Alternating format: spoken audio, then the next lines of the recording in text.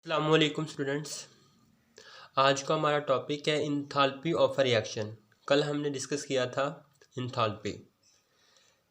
Enthalpy क्या चीज़ थी? हमने ये कहा कि इंटरनल एनर्जी और जितनी भी इंटरनल एनर्जी है और उसके अंदर जो वर्क हो रहा है, अगर हम उसको प्लस कर देते हैं तो वो हमारे पास इंथाल्पी होगी, हीट हमारे पास होगी कि कितनी हीट कंटेंट है।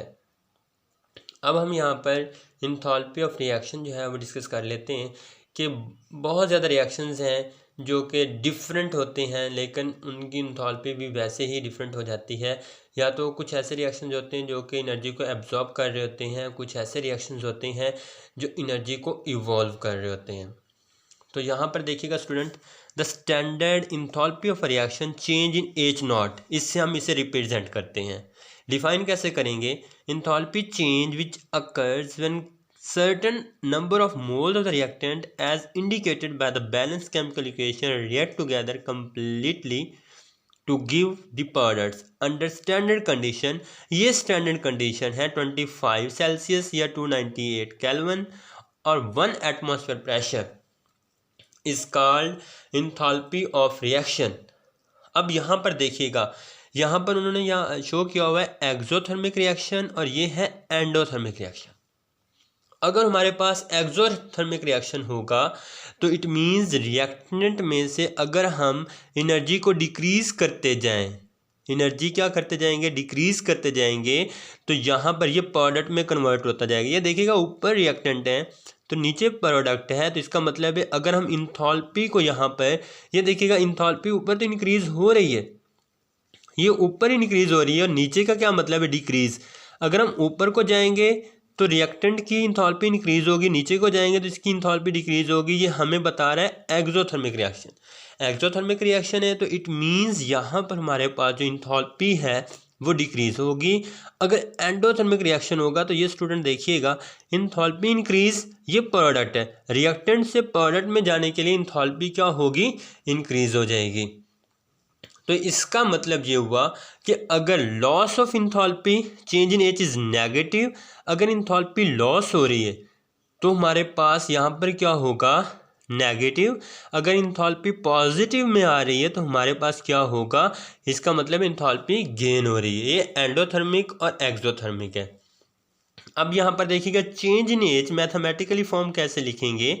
Change in H is equal to H2 minus H1।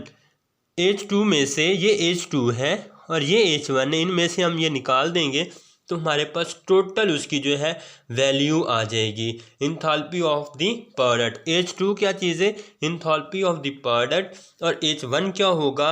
Enthalpy of the reactant. जी स्टूडेंट, यहाँ पर देखिएगा H1 is enthalpy of the reactant. अगर टाइप्स हैं, types of the enthalpy of reaction, different types हैं। अगर enthalpy of formation, अगर formation हो रही है तो हम क्या कहेंगे? उसे HF, यहाँ पर चेंज इन HF, F का मतलब है फॉर्मेशन और नॉट इसका स्टैंडर्ड होगा। इसे हम डिफाइन कर लेते हैं। Enthalpy change which take place when 1 mole of the compound is form its element. कि एक कंपाउंड जो है, यहाँ पर देखिएगा कि एक एलिमेंट जो है जब वो ऑक्सीजन के साथ रिएक्ट करे तो एक कंपाउंड में कन्वर्ट हो जाए MgO, तो उससे हम क्या कहते हैं? Enthalpy of reaction, enthalpy of formation. इसे हम क्या कहते हैं? Enthalpy of formation. याद रखिएगा इंथाल्पी ऑफ फॉर्मेशन एंडोथर्मिक भी हो सकता है और एक्सोथर्मिक भी हो सकता है। इंथाल्पी ऑफ फॉर्मेशन एंडो भी हो सकता है और एक्सो भी हो सकता है कि मैग्नीशियम का जब ऑक्सीजन के साथ रिएक्ट होगा तो कंपाउंड में कन्वर्ट हो रहा है, तो यहाँ पर तो ये एक्सोथर्मिक है। कुछ ऐसे हैं जो कि एंडोथर्मिक भी होते हैं। इसी तरह सेकंड हमारे पास आ जाता है इंथाल्पी ऑफ एटमाइजेशन। अब एटमाइजेशन का क्या मतलब होगा? कि element define as the amount of heat absorb when 1 mole of the gaseous atom are obtained either for element और break down of the molecules. कि मालिक्यूल्स का ब्रेक डाउन हो जाना, उसको एलिमेंट में कन्वर्ट हो जाना, उसको हम कहते हैं heat of atomization. It is represented by change in H0 AT और ये हमेशा पॉजिटिव होगा। मालिक्यूल का जब ब्रेक होती है, जब भी कोई मालिक्यूल ब्रेक होता है तो वो हमेशा पॉजिटिव होता है वहाँ पर एनर्जी एब्जॉर्ब होती है, तो ये एंडोथर्मिक होगा। यहाँ पर भी हमें पता चल रहा है एब्जॉर्ब, तो ये एंडोथर्मिक होगा। सिमिलरली इंथैल्पी ऑफ न्यूट्रलाइजेशन, अगर हम इंथैल्पी ऑफ न्यूट्रलाइजेशन की बात करते हैं तो यहाँ पर हमारे पास सिंपल यही होगा कि एसिड का बेस के साथ जब रिएक्शन होता है तो हमारे पास वाटर फॉर्मेशन होती है, तो उसे हम कहते हैं इंथैल्पी ऑफ न्यूट्रलाइजेशन। यहाँ पर देखिएगा when heat evolve when 1 mole of the substance, यहाँ पर इवॉल्व हो रही है तो it means heat of neutralization कौन सा होगा, एक्सोथर्मिक रिएक्शन होगा। अब यहाँ पर देखिएगा कि evolve when 1 mole of hydrogen ion from N acid, acid से हाइड्रोजन आयन आए, react with 1 mole of hydroxyl ion, और बेस से हाइड्रोक्सल आयन आए और ये आपस में मिलकर वाटर बना दें, तो हम इसको कहते हैं हीट ऑफ न्यूट्रलाइजेशन। ये बात हमेशा याद रखिएगा।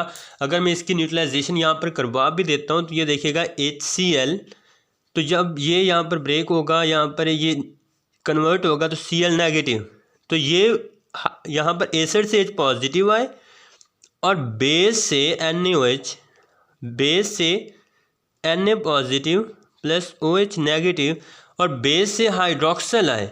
ये जो हाइड्रोक्सल मैंने लिखा है यहाँ पर, ये जो हाइड्रोक्सल है बेस से हाइड्रोक्सल आए, तो इससे हम क्या कहेंगे, जब ये आपस में हाइड्रोक्सल और ये हाइड्रोजन आपस में रिएक्ट करेगा तो वाटर में कन्वर्ट हो जाएगा, तो इसे हम कहते हैं heat of enthalpy of neutralisation.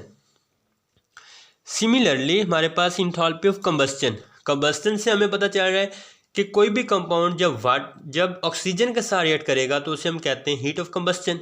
It is denoted by change in C0। और ये क्या होगा, हीट इवॉल्व, हमेशा जब भी कंबस्टन होगी तो हीट इवॉल्व होगी, और ये स्टैंडर्ड कंडीशन हर एक के अंदर आएगी। हीट ऑफ न्यूट्रलाइजेशन के अंदर भी होगी, हीट ऑफ आइटमाइजेशन के अंदर भी होगी, इंथैल्पी ऑफ फॉर्मेशन के अंदर भी स्टैंडर्ड कंडीशंस होंगी। 25 1 एटमॉस्फेयर प्रेशर। यहाँ पर देखिएगा C2H5OH जब ऑक्सीजन के साथ रिएक्ट करेगा तो CO2, जब भी कंबस्टन होती है, कंप्लीट कंबस्टन होगी तो कार्बन डाइऑक्साइड और हमेशा वाटर बनेगा। Next enthalpy of solution, enthalpy of solution हमारे पास यहाँ पर आ जाता है। ये देखिएगा the amount of heat absorb और इवॉल्व, इसका मतलब है एब्जॉर्ब और इवॉल्व आ चुका है, तो यहाँ पर ये एंडोथर्मिक भी होगा और एक्सोथर्मिक भी होगा।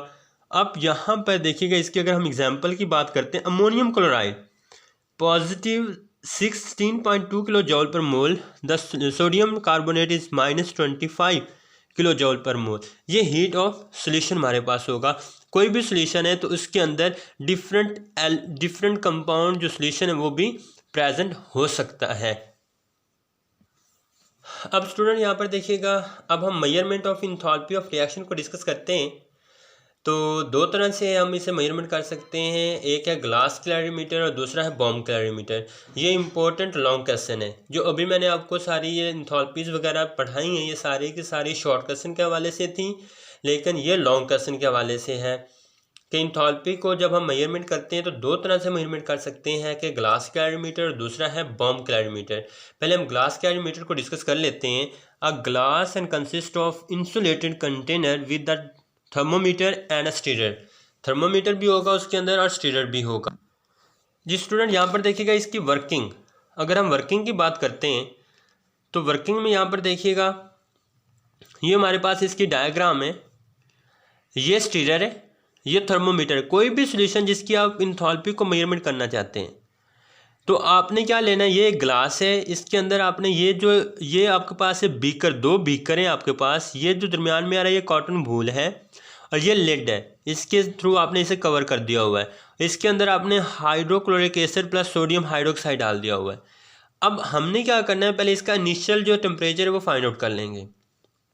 इसका इनिशियल टेम्परेचर फाइंड आउट करने के बाद फिर हम क्या करेंगे, अब दोनों सॉल्यूशन को हमने इसके अंदर मिक्स कर दिया। अब हम स्टीयर के थ्रू इसके साथ क्या करते जाएंगे, हिलाते जाएंगे, इसे हम शेक करते जाएंगे, साथ साथ थर्मोमीटर से हम इसका टेम्परेचर जो है वो नोट करते जाएंगे।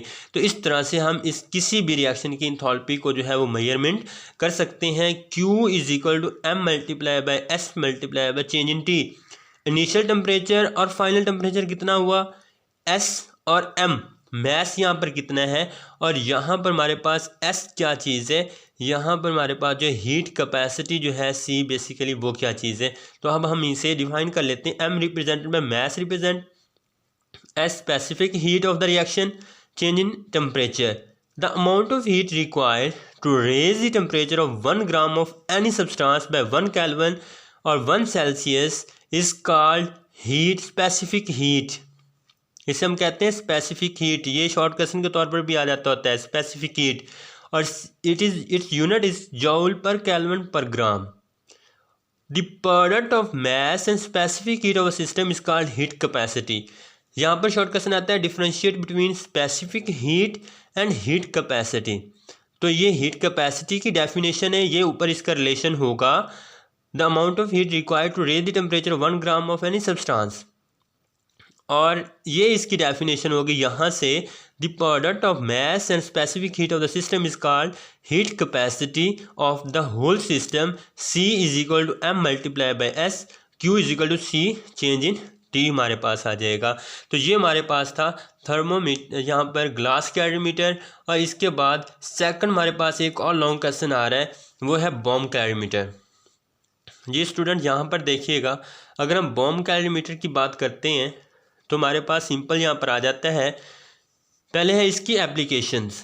ये है बॉम्ब कैलोरीमीटर, हमने यहाँ पर ये स्टील का बना हुआ है, और इसके अंदर हमने यहाँ पर जो है वो सब्सटेंस लिया हुआ है जिसकी हमने इंथैल्पी को मेजरमेंट करना है।